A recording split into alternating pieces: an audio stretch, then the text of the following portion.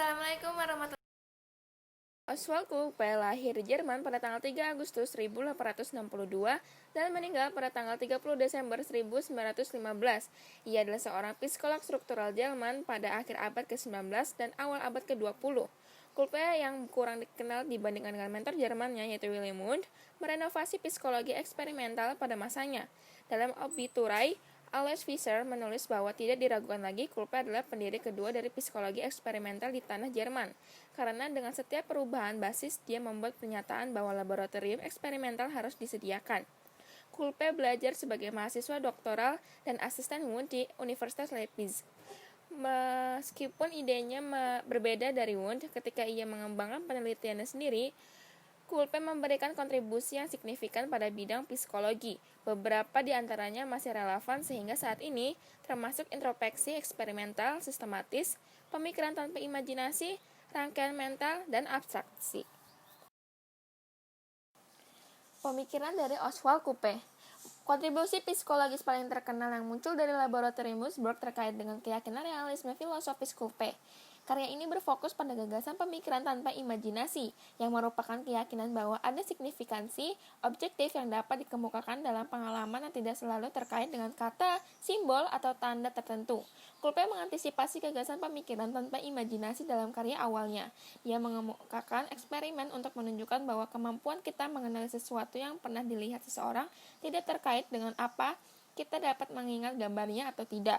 Dalam eksperimen demonstratifnya, dia membawa peserta ke dalam ruangan yang gelap dan meminta mereka untuk memvisualisasikan warna saat dia memanggil mereka. Dalam semua situasi, tetapi satu peserta dapat memvisualisasikan warna. Partisipan yang tidak dapat memvisualisasikan warna tidak memiliki defisit kognitif, yang mengarahkan Kupe pada kesimpulannya bahwa pengenalan tidak bergantung pada ingatan. Kupe percaya bahwa penelitian tentang proses berpikir hingga saat itu termasuk studi Wundt tentang hubungan antara pikiran dan gambar belum lengkap.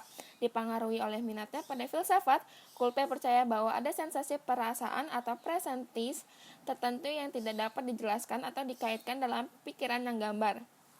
Begitu mereka diberi kesempatan untuk secara objektif mengamati diri sendiri dan menggambarkan apa yang bukan mereka rasakan, perasaan atau presensi, namun masih merupakan proses berpikir.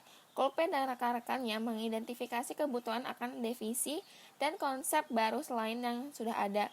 Misalnya, Kupe dan murid-muridnya seperti A. M. Mayer dan J. Orth mengidentifikasi bahwa setelah penyajian kata stimulus, yaitu meter, proses kesadaran yang tidak tertuliskan terjadi yang menyebabkan subjek merespon dengan kata Troch. Ini mereka mengusulkan menunjukkan bahwa Wundt salah satu dalam keyakinan bahwa semua peristiwa dalam proses berpikir memiliki gambaran yang terkait atau langsung.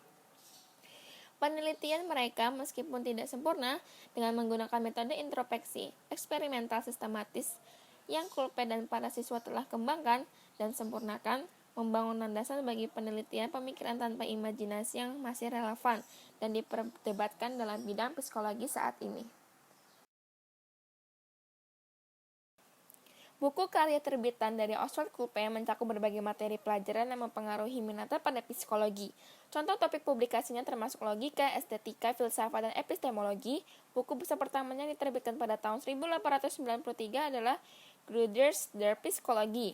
Buku pegangan ini merangkum sejumlah penelitian eksperimental yang komprehensif pada saat itu, termasuk penelitian baru tentang waktu reaksi, kontribusi untuk psikofisika, penelitian Karl Storm ke dalam fungsi nada, dan penelitian Hermann Ebbinghaus tentang memori. Dia mendefinisikan psikologi sebagai fakta-fakta pengalaman.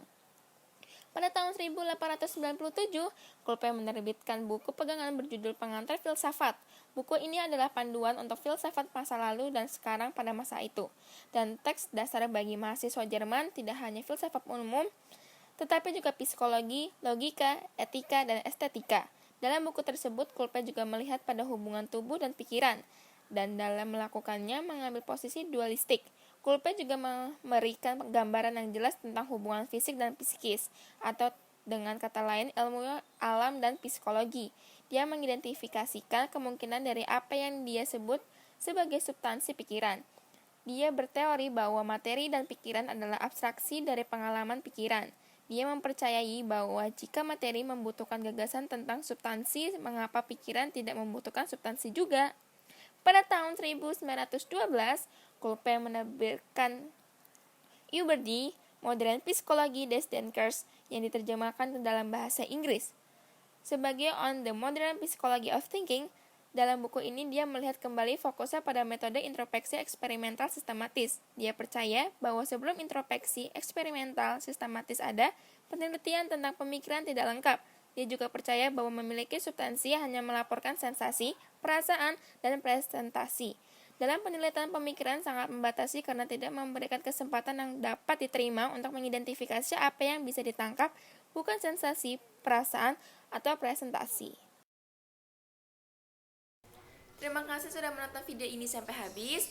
Maaf bila ada salah-salah kata atau kurangnya informasi, tolong dimaafkan. Semoga video ini bermanfaat untuk kalian semua. Saya undur diri. Wabillahi taufiq wal hidayah. Wassalamualaikum warahmatullahi wabarakatuh.